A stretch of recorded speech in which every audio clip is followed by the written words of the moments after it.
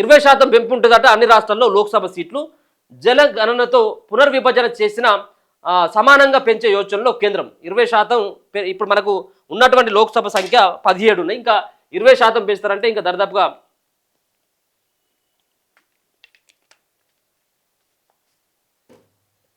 మనకాడ కూడా 1-2 సీట్లు పెరిగేటువంటి అవకాశం కనబడతా ఉన్నది.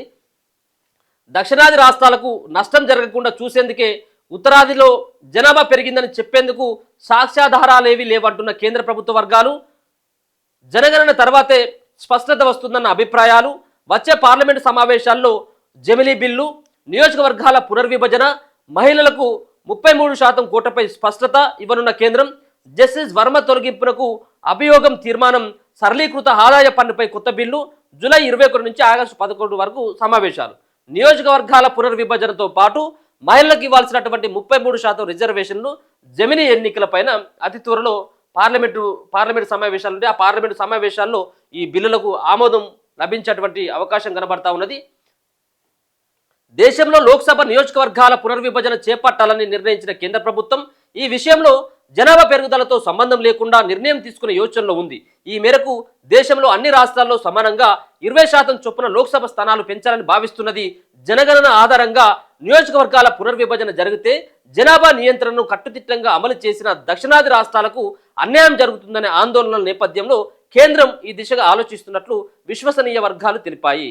ఏదైతే ఉత్తరాది రాష్ట్రాల్లో జనాభా పెరిగింది, జనాభాకు అనుగుణంగా ఈ నియోజకవర్గాల పెంపు కనుక ఉన్నట్టయితే ఇక్కడ దక్షిణాది రాష్ట్రాల్లో సంబంధించినటువంటి ఈ తెలుగు రాష్ట్రాల్లోనే మిగతా కొన్ని రాష్ట్రాలున్నాయి, ఆ రాష్ట్రాలకి అన్యాయం జరిగినటువంటి అవకాశం ఉంటుందని పెద్ద ఎత్తున ప్రతిపక్షాలు ఆరోపిస్తూ ఉన్నాయి. బీజేపీ పార్టీ పైన దుమ్మెత్తిపోస్తూ ఉన్నాయి. ఇది సరైనటువంటి విధానం కాదని, భౌగోళికంగా చేయాల్సినటువంటి అవసరం ఉంటుంది, జనాభా ప్రకారం కాదు అన్నటువంటి అంశాన్ని వాళ్ళు తెరలేపితే దానిపైన క్లారిటీ ఇస్తూ అదేం లేదు, జనాభా మేము పరిగణలోకి తీసుకొని అన్ని రాష్ట్రాల్లో 20% పెంచుతాం లోక్సభ స్థానాలు అని చెప్పేసి ఒక పక్కన చెప్తా ఉన్నది.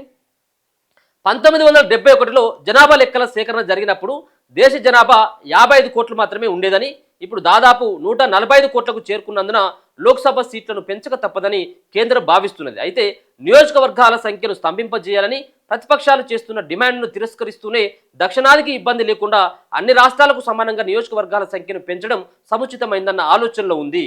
నిజానికి దక్షిణాదితో పోలిస్తే ఉత్తరాది జనాభా పెరిగిందని చెప్పేందుకు సాక్ష్యాధారాలేవి లేవని, జనగణన తర్వాతే ఈ విషయంలో స్పష్టత వస్తుందని కేంద్ర ప్రభుత్వ వర్గాలు అంటున్నాయి. జూలై 21 నుంచి ఆగస్టు 11 వరకు జరిగే పార్లమెంటు వర్షాకాల సమావేశాల్లో జమిలీ ఎన్నికల బిల్లును ప్రవేశపెట్టేందుకు మోదీ సర్కార్ రంగం సిద్ధం చేస్తుంది.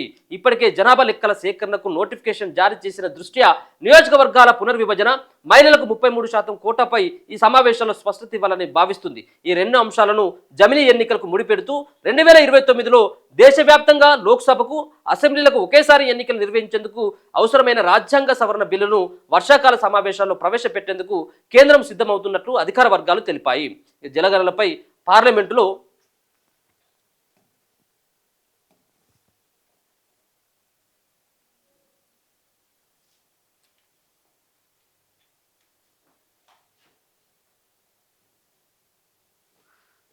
ప్రకటన చేసేటప్పుడు సామాజిక ఆర్థిక వివరాలను కూడా తాము సేకరించినట్లు కేంద్రం వెల్లడించే అవకాశాలున్నాయి. కాగా వర్షాకాల పార్లమెంటు సమావేశాల్లోనే ఢిల్లీ హైకోర్టు మాజీ న్యాయమూర్తి జస్టిస్ యశ్వంత్ వర్మపై మహాభియోగ తీర్మానాన్ని కూడా ప్రవేశపెట్టాలని కేంద్రం భావిస్తుంది. దీంతో పాటు ప్రస్తుత ఆదాయ పన్ను చట్టంలోని లొసుకులను తొలగించి సామాన్యులకు అర్థమయ్యే భాషలో కొత్త బిల్లును కూడా ఈ సమావేశాల్లో ప్రవేశపెట్టే అవకాశాలున్నాయని విశ్వసనీయ వర్గాలు పేర్కొన్నాయి. పహల్గామ్లో ఉగ్రవాదుల దాడి తర్వాత పాక్పై ప్రారంభించిన యుద్ధాన్ని కేవలం 4 రోజుల్లోనే ముగియడంతో ఉభయ సభల్లో గందరగోళం సృష్టించేందుకు ప్రతిపక్షాలు సమాయత్తమవుతున్న నేపథ్యంలో వారి దృష్టిని మళ్లించేందుకు కీలకమైన బిల్లులతో ముందుకు రావాలని మోదీ సర్కారు యోచిస్తున్నట్టు తెలిపాయి. తన నివాసంలో భారీ ఎత్తున నోట్ల కట్టలు లభ్యమైనప్పటికీ అందుకు బాధ్యత వహించేందుకు నిరాకరించిన జస్టిస్ యశ్వంత్ వర్మను తొలగిస్తూ పార్లమెంటు ఉభయ సభల్లో ఆయనపై మహాభియోగ తీర్మానాన్ని ప్రవేశపెట్టేందుకు కేంద్రం సిద్ధమవుతున్నది. మార్చి 14న జస్టిస్ వర్మ అధికార నివాసంలో అగ్ని ప్రమాదం జరిగినప్పుడు భారీ ఎత్తున నోట్ల కట్టలు లభ్యం కావడానికి ఆయన అనైతిక చర్యలే కారణమని సుప్రీంకోర్టు నియమించిన కమిటీ 64 పేజీల నివేదికలో వెల్లడించిన విషయం తెలిసిందే. ఈ నివేదికను సుప్రీంకోర్టు అప్పటి ప్రధాన న్యాయమూర్తి జస్టిస్ సంజీవ్ ఖన్నా మే 4న రాష్ట్రపతి ద్రౌపది ముర్ముకు ప్రధాని మోదీ సమర్పించారు. ఇక సరళీకృత ఆదాయ పన్ను బిల్లు అట. రానున్న పార్లమెంటు సమావేశాల్లో సరళీకృత ఆదాయ పన్ను బిల్లును కూడా ప్రభుత్వం ప్రవేశపెట్టనున్నట్లు అధికార వర్గాలు తెలిపాయి.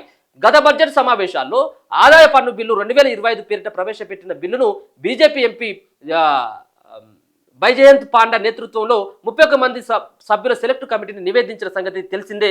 ఈ బిల్లుపై సంప్రదింపును పూర్తి చేసి సెలెక్ట్ కమిటీ వర్షాకాల సమావేశాలు ప్రారంభమైన మొదటి రోజునే తన నివేదికను ప్రవేశపెట్టనున్నట్టు అధికార వర్గాలు పేర్కొన్నాయి. 1961 నాటి ఆదాయ పన్ను చట్టం స్థానంలో ప్రవేశపెడుతున్న కొత్త బిల్లును అనేక కాలం చెల్లించిన అంశాలను తొలగించి అందరికీ అర్థమయ్యే భాషలో స్పష్టత ఇచ్చేటువంటి అవకాశాలు కూడా అంశాలను కూడా ఈ సంబంధించినటువంటి పార్లమెంట్ సమావేశాల్లో చేర్చినట్టుగా తెలుస్తా ఉంది. సరే, ఏదేమైనప్పటికీ కూడా ఒక పక్కన 20% ఇది మంచి శుభ పరిణామమే. అన్ని రాష్ట్రాలకి ఒకే రకంగా 20% సంబంధించినటువంటి పెంపు ఉండబోతా ఉన్నది పార్లమెంటు సంబంధించినటువంటి స్థానాలు. ఇక ఇది ప్రభుత్వం